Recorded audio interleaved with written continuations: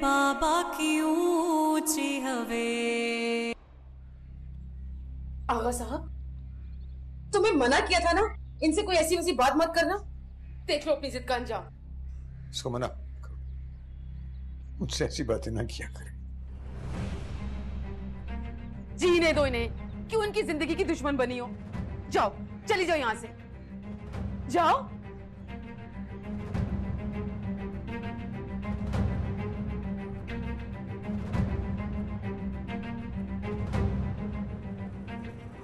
आगा साहब, आप कुछ मत सोचिए, आप सोने की कोशिश कीजिए।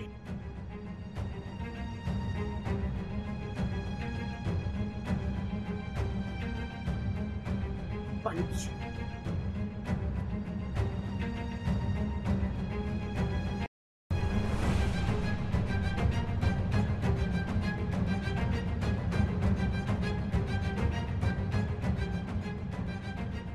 आगा साहब, आप फिक्र ना कीजिए, मैं हूं ना आपके पास।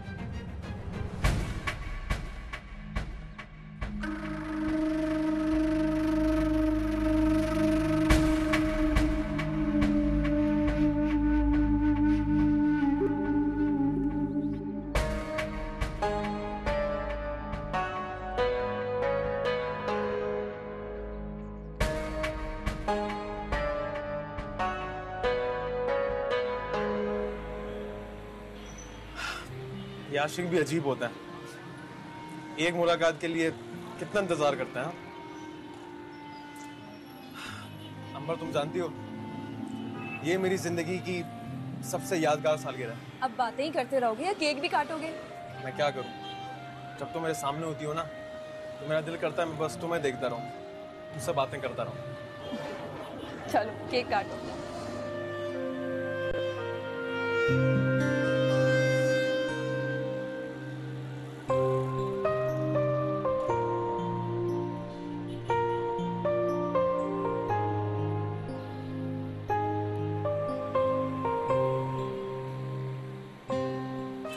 ये तुम्हारे लिए। ये क्या गिफ्ट है तुम्हारा।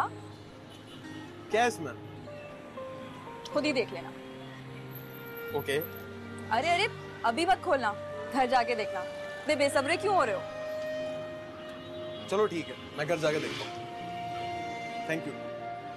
ये लो, ये तुम्हें केक का। कैसा है? बहुत मजे का केक है, मुझे पता था तुम बहुत अच्छा केक लाओगे। मुझे तुम्हारी हर पसंद पता है, इसीलिए।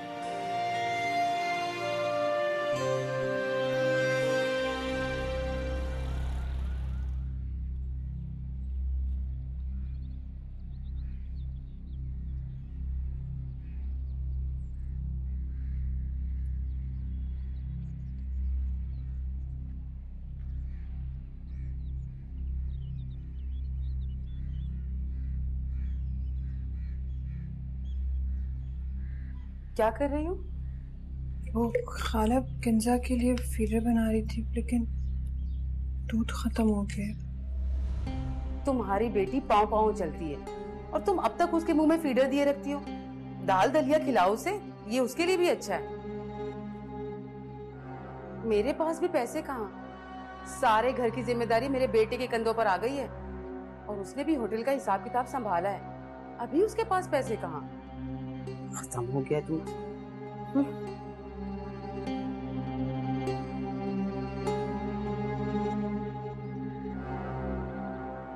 होटल का हिसाब किताब?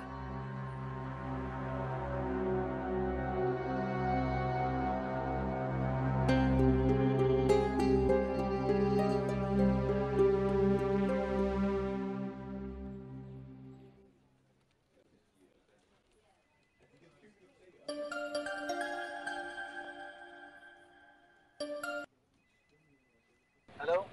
हेलो मुनीर साहब, मैं सोफिया बोल रही हूँ। जी सोफिया, कैसी हैं आप? मुनीर साहब, मुझे आपसे बहुत ज़रूरी बात करनी है। जी मैं भी आपसे ज़रूरी बात करना चाह रहा था, क्या मैं आपके घर आ सकता हूँ? नहीं नहीं, घर मत आइएगा, मैं किसी भी तरह आपसे बाहर आकर मिलती हूँ। किसी भी तरह से? क्या मतलब? मैं आकर आपको सब कुछ बताती हूँ मुनीर साहब, आप बस मेरी कॉल का वेट करिएगा। ठीक है, ओके ना।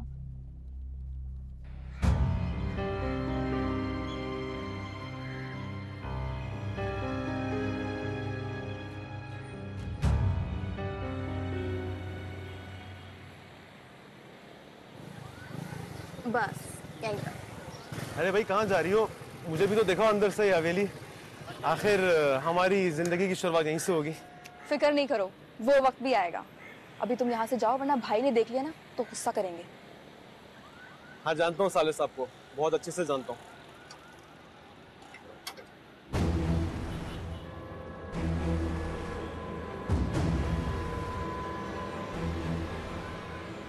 मैंने तुम्हें इससे मिलने को मना किया था ना, और फिर ये आदमी यहाँ पर क्या कर रहा है? भाई ये मेरी जिंदगी है और मैं तुम्हारी ख्वाहिश पे अपनी जिंदगी नहीं गुजार सकती। बकवास बंद करो। ओ भाई क्या मसला है? बात करनी है तो मुझसे करो ना। मैं तुझ जैसे फुटपति से क्या बात करूं, जिसकी ना तो कोई औकात है ना ही कोई हैसियत। ओ तू तो ऐसे बात कर रहा है जैसे तू बहुत इज्जत वाला है। अबे तेरी रग रग से वाकिफ हूं मैं। जबान संभाल कर बात कर अपनी, कहीं ऐसा ना हो कि मैं कुछ कर बैठूं।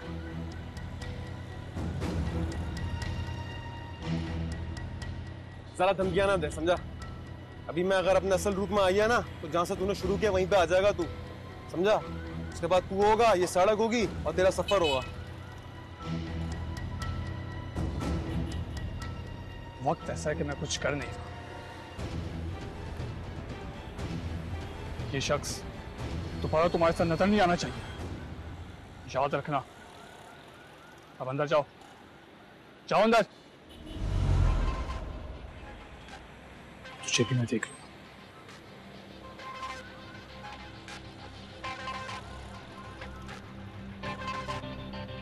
बड़ा आया धमकी देने वाला। अरे बहुत देखे तेरे जैसे।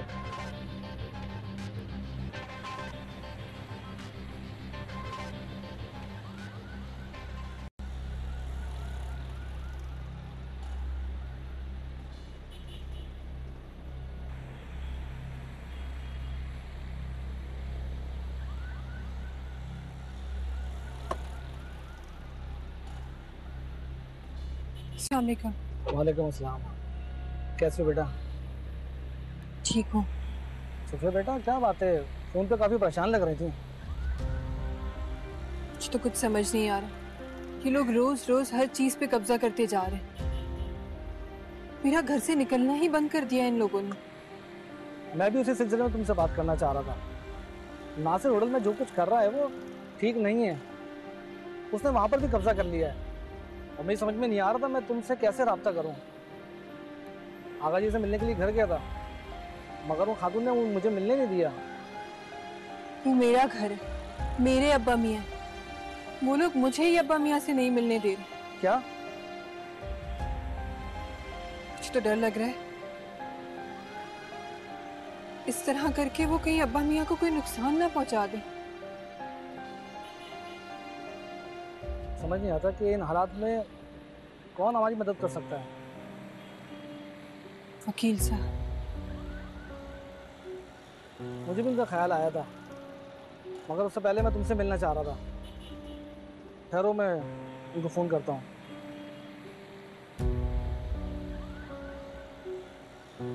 मेरा फ़ोन बन जा रहा है, तुम फिक्र मत करो, बस अपना फ़ोन अपने पास रखना।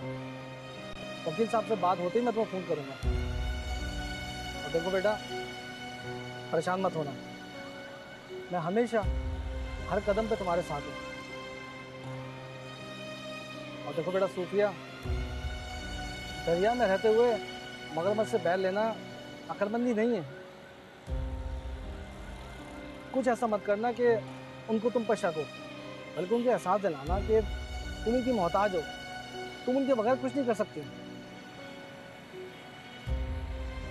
अच्छा अब तुम बेफिक्र होकर घर जाओ और मजबूत रहना।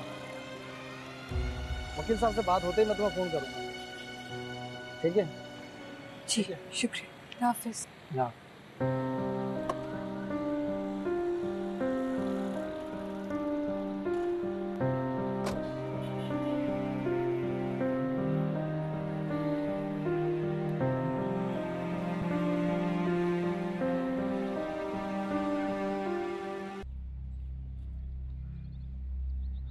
मिली? ढूंढो उसे, कहाँ गई वो? अम्मी सारा घर छान मान लिया लेकिन कहीं भी नहीं है वो। तुमने कितने आराम से कह दिया कि वो नहीं है। अगर उसने घर से बाहर जाकर किसी से कुछ कह दिया तो जानते हो क्या होगा? सारी कहानी खत्म। कहाँ जा सकती है? लो, आ गई। तुम्हें मना किया था ना बगैर इजाजत घर से बाहर जाने के लिए। तुम्हें जरा भी खौफ नहीं आया कि तुम्हारी इस हरकत से क्या हो सकता है? कहाँ गई थी? अम्मी कुछ पूछ रही है तुमसे। किंजा को डॉक्टर के पास लेके गई थी। तो बता कर नहीं जा सकती थी? मैंने बाहर ढूंढा था आप लोगों को, लेकिन घर पे नहीं थे आप लोग। उसको ले जाना जरूरी था, इसीलिए चली गई। मेरे पास तो पैसे भी नहीं थे, तो अच्छा हुआ डॉक्टर जानने वाला था, तो बहाना कर दिया मैंने कि पर्स घर पे भूल आई।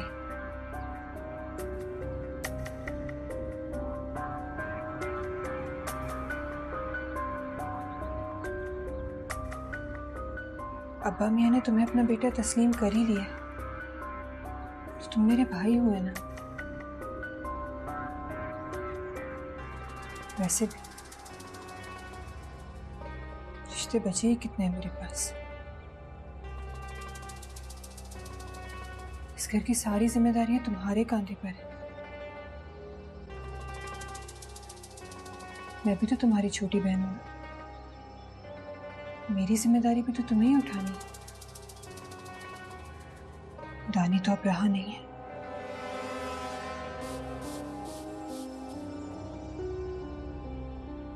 मेरी तरफ से तुम्हें कभी कोई परेशानी नहीं होगी, यकीन करो। सोफिया, वो सिद्रा का कमरा यूं ही पड़ा है, तो अच्छा है ना अंबर उसे इस्तेमाल कर लो। जी खाला। जी खाला क्या, जाकर कमरे की चाबी ला कर दो।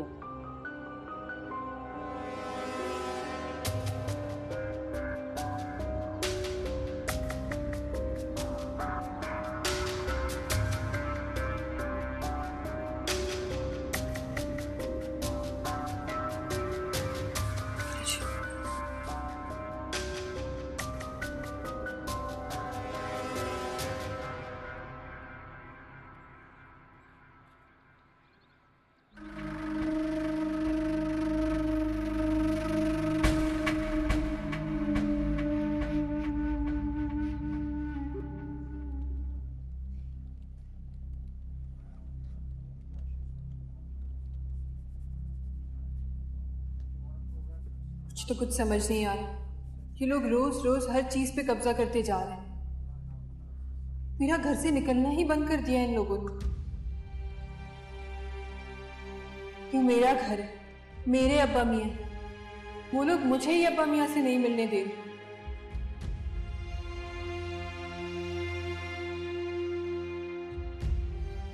मुझे तो डर लग रहा है इस तरह करके वो कहीं अब्बा मियाँ को कोई नुकसान ना पहुंचा दें।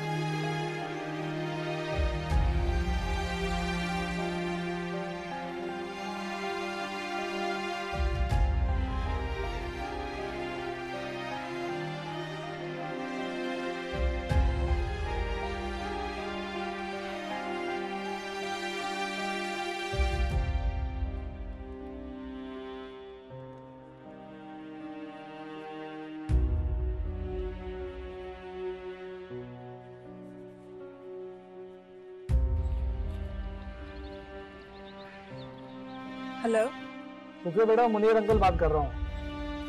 अस्सलाम वालेकुम। मेरी अभी वकील साहब से बात हुई है। क्या कहा उन्होंने?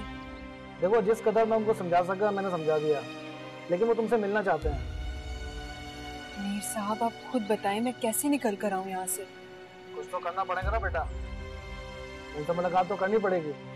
तुम ऐसा करो कि कोई वक्त निकाल के मुझे बता दो, तो मैं उनसे टाइम ले लूंगा और मैं तुम्हारे साथ चलूंगा बेटा। अच्छा ठीक है, आप एक काम करें, मुझे उनका नंबर SMS कर दें। मैं जाने से पहले उनसे बात करना चाहती हूँ। ठीक है, उनका नंबर अभी सेंड कर देता हूँ। देखो, बिल्कुल घबराना मत, परेशान ना होना। मुनीर अंकल हमेशा तुम्हारे साथ हैं। बहुत शुक्रिया मुनीर साहब, आपके होने से बहुत हिम्मत मिलती है मुझे। मैं जल्दी कॉल करके आपको सूरत हाल से आगाह करूंगी। अल्लाह हाफिज।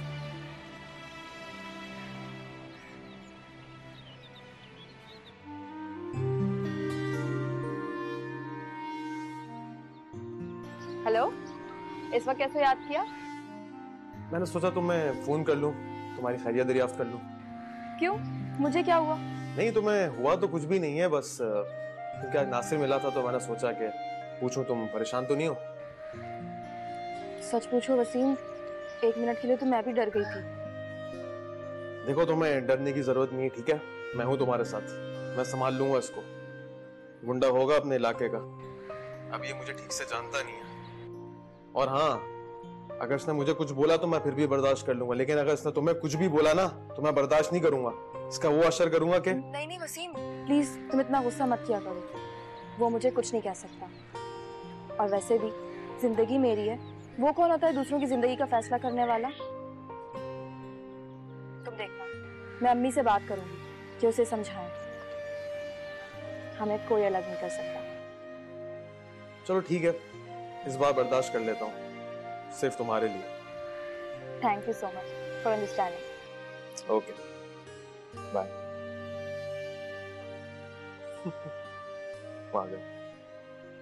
मम्मी, आपने बड़ी चालाकी से इस तरह के कमरे की चाबी ले ली।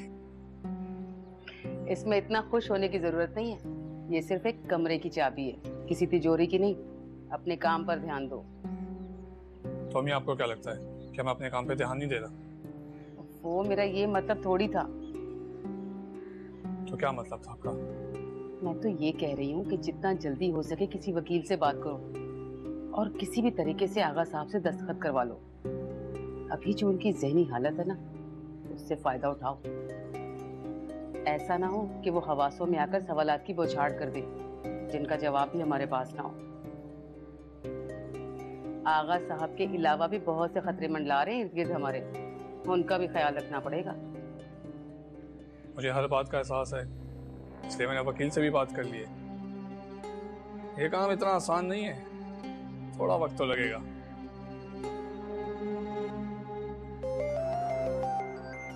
लो, वकील साहब का फोन आ गया। हेलो वकील साहब। नहीं है, मैं आपको अभी नहीं बता सकता, पहले मुझे खुद मालूम करना होगा। ठीक है, मैं आपके पास आता हूँ, मुझे आपसे और भी चीजें डिस्कस करनी है। Okay, bye. अम्मी, आप फिक्र नहीं करें, काम तो हो जाएगा, बस थोड़ा वक्त लगेगा।